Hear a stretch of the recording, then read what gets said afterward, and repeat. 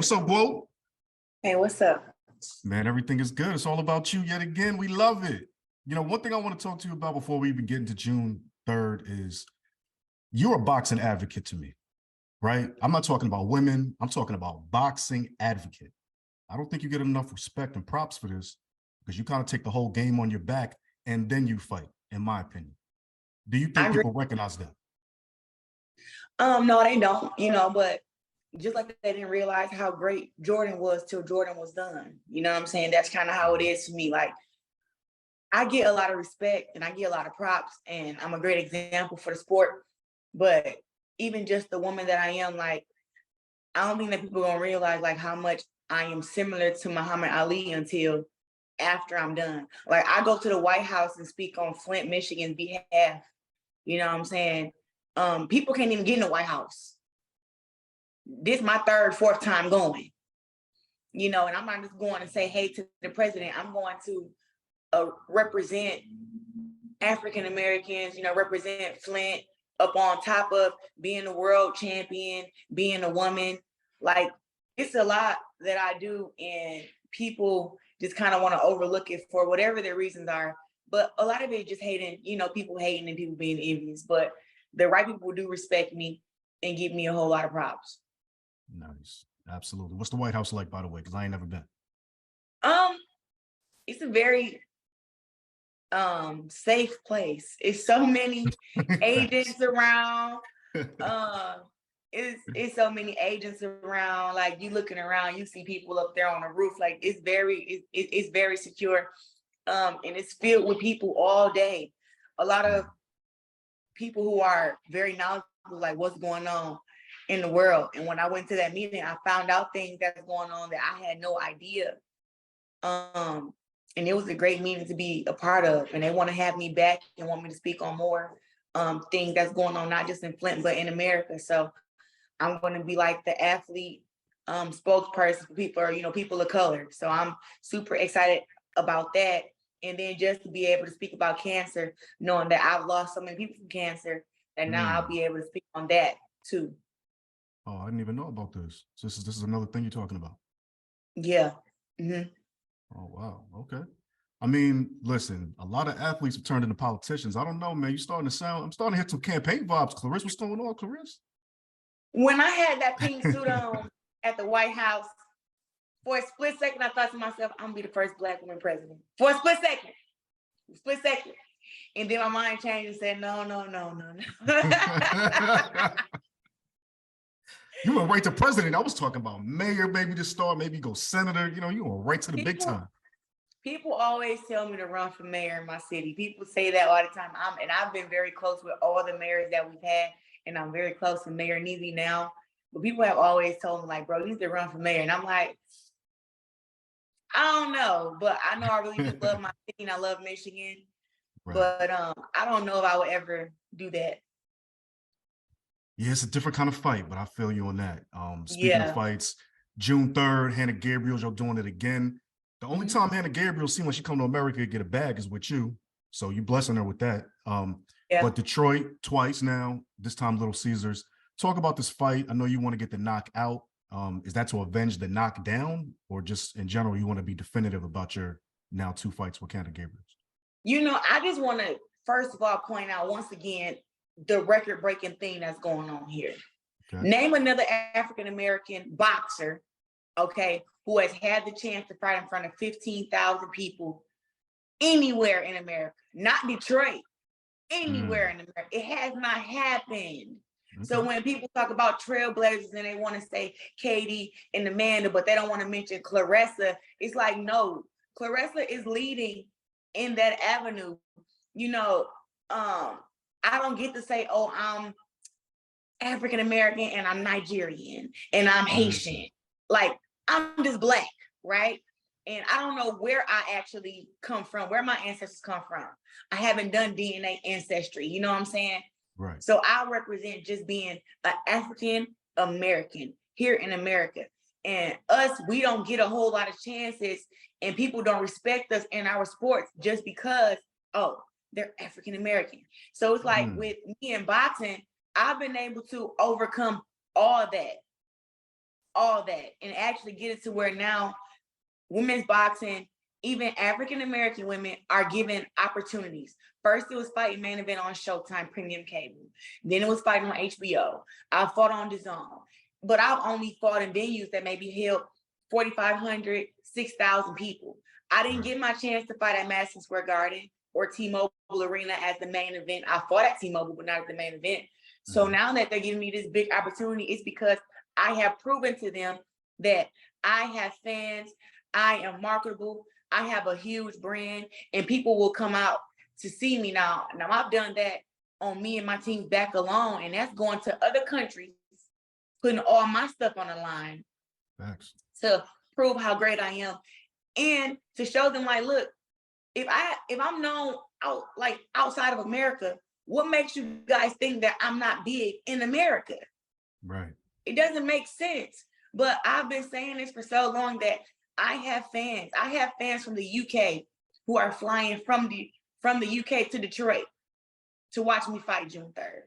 People from Las Vegas is coming, Houston, Texas, Africa. Everybody is coming to this fight. Flint, Detroit, Ohio. Everybody is coming. And look who the main event is. The little poor Black girl from Flint who made it out.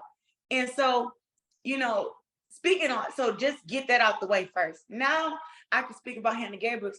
It's nothing against her. She's an excellent fighter. She's strong. She's experienced. Me wanting to knock her out is just to show that I'm better than what I was. People want to talk about, oh, she knocked me down, but let's talk about how she was 20 fights into her professional career, and I had 5 fights. Right. 5. Fighting against a 3-time division world champ, and I had 5 fights. Come on now, like let's give credit where it's due. I took on a big step up, stuff that a lot of these guys aren't doing, and I got knocked down, but I got back up and I won the fight unanimously. She talking about some, oh, she found out in our fight she was stronger than me and I wasn't a better fighter than her. I don't know what fight she was watching or what fight she was experiencing, but I'm way stronger than her. My skills are way better than her. The only thing that I lacked back then was my experience. That was it, was my experience, and I'll say my nutrition. People forget that I was fighting at 168 and went down to 160 for the first time to fight against Hanna Gabriels. I wasn't fighting at my normal weight. And so I didn't take losing that weight seriously. And then I found myself not being able to eat the last 2 days before the weigh-in because I didn't understand why I couldn't get off the last 2 pounds. Because I was coming from 172. But I'm a fighter who never had to focus on losing weight. It wasn't something I had to focus on. So having to focus on that and focus on the fight, I just kind of overlooked some things and didn't realize that, man, just that 2 days of not being able to really eat leading up to that fight to make the 160 weight, that was a lot. But I was trying to do something that had never been done before. So that's where it started, and it taught me a lot. And I just know that she can't beat me. You know, I don't know. The only way to me, I feel that I make a statement this fight is knocking her out. The only way that I make, like, I know I can go out there and beat all these girls unanimously. I know that. They know that. These girls can't survive. They are tough, right? They can cover up. But I got to put these girls out, and I know that I can do that. So that's the goal for me. It's nothing against none of these girls. I'm just great, and I want to prove that. And just beating these girls show that, okay, you kind of good. You good. But it's like, how do you show greatness? And to me, that's always doing better than your last fight.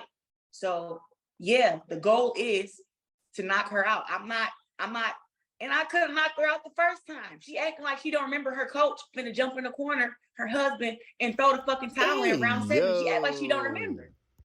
She act like she don't remember that she got gassed, that she had no air. Like the pace that I had for that fight was outrageous for her. She was tired. She was ready to quit. And the only reason that she didn't is because she got that knockdown, and that's what kept her confident throughout the fight. And she kept trying to get another one. She was getting hurt. She was getting wobbled. She was tired. I'm going to finish the job this time. If I'm not mistaken, during that fight, didn't you beat Lomachenko's record for being a multi-weight class world champion with the least amount of fights? No, that was my fight with Ivana Habazin at 154. Okay. Yeah, but yeah, that was a record. Either way, that fight was definitive for you, and it's good to see the passion you got for this next one with her. Interestingly, across the boxing stratosphere, you know, Henry Garcia had some words. That's Ryan Garcia's pops, and you had something to say about that in relation to his critique of Shakur Stevenson. And you said this dude clearly doesn't understand boxing or something to that nature. But what I loved about that moment is that Mark Taffet, your manager, jumped right in, defended you. It's like you got your own Leonard Ellerby with this dude. Like anytime somebody's coming for you, he jumps right in on Twitter. He's like the way Ellerby does for Tank. I love this. Talk about your team, man, how they be holding you down, even when you're just doing you on Twitter or whatever. Listen, I have the greatest team in the world. All I asked for when I turned pro was, look, give me the best fights. You know what I'm saying? I don't want to build my record up. Look, I want to break records. I want to become the greatest of all time, the GWOAT. Like, how can you guys help me with that? And they said, as long as you train, we will do our best. And they have done more than their best to me. Mark Taffet, Dimitri Salita, my lawyer, David Slutzker, like they have done more than enough. And they've listened to everything that I've set out to do. Some stuff that I just thought about doing this year, they're already working on it, you know, to get it done for next year. Like fighting in Africa, you know, like that's going to happen for me. Fighting at T-Mobile Arena, it's going to happen. This fight at Little Caesars Arena is happening. Like I have just told them, like, y'all, this is what I'm thinking, this is what I'm feeling. And they've been like, okay, we hear you and we'll do our best. And getting this fight at Little Caesars, when they wanted me to go over, when the UK or whatever wanted me to go over there and rematch Savannah Marshall on an undercard as a co-main event under Chris, what is his name? Chris Eubank and Liam Smith. They wanted us to fight on an undercard of them because they knew that Savannah Marshall was going to lose again. But I was telling Mark and them, how the hell does that help my brand? Me going over there fighting on the co-main event of guys who aren't world champions. Listen, I like Chris Eubank. I like Liam Smith. No, I think is it Liam Smith? It is. I like those guys. But I'm a 3-time undisputed world champ. I'm not fighting on the undercard of them. Sorry. No, I'm not doing that. If Savannah Marshall wanted to come to America and fight me in front of 15,000 of my fans because I'm the undisputed champ, then we can talk. She was too scared to come to America, her and her team. So it's like, no, I'm not going over there. But once again, I'm the cash cow. That's what we not talk.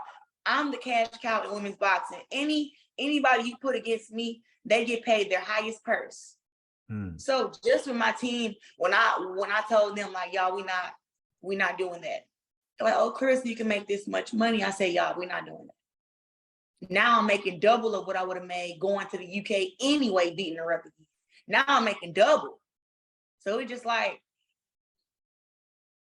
I've had to also too, like, just tell them like, listen, y'all, when it like comes to the brand, we can't just make it seem like I have a big brand in the UK. We have a big brand here in America, and we need to work on that and build on that. We don't need to keep letting the UK feel like they run things when they don't run nothing without me. Right. And that goes for Natasha Jonas, Savannah Marshall, all those girls that box really great over there. If they don't have me to fight against or me as a future opponent, nobody's looking at them. And that's what it is. So just with my team, they just believe, like I believe, that I can beat anybody and we're going to break records. And when I'm done, people will talk about me how they talk about Muhammad Ali when I'm done. I love it, Claressa. I always appreciate your time, GWOAT. We watching, we love it. Claressa for office coming soon. You heard it first, baby. Thank you for the time, Claressa.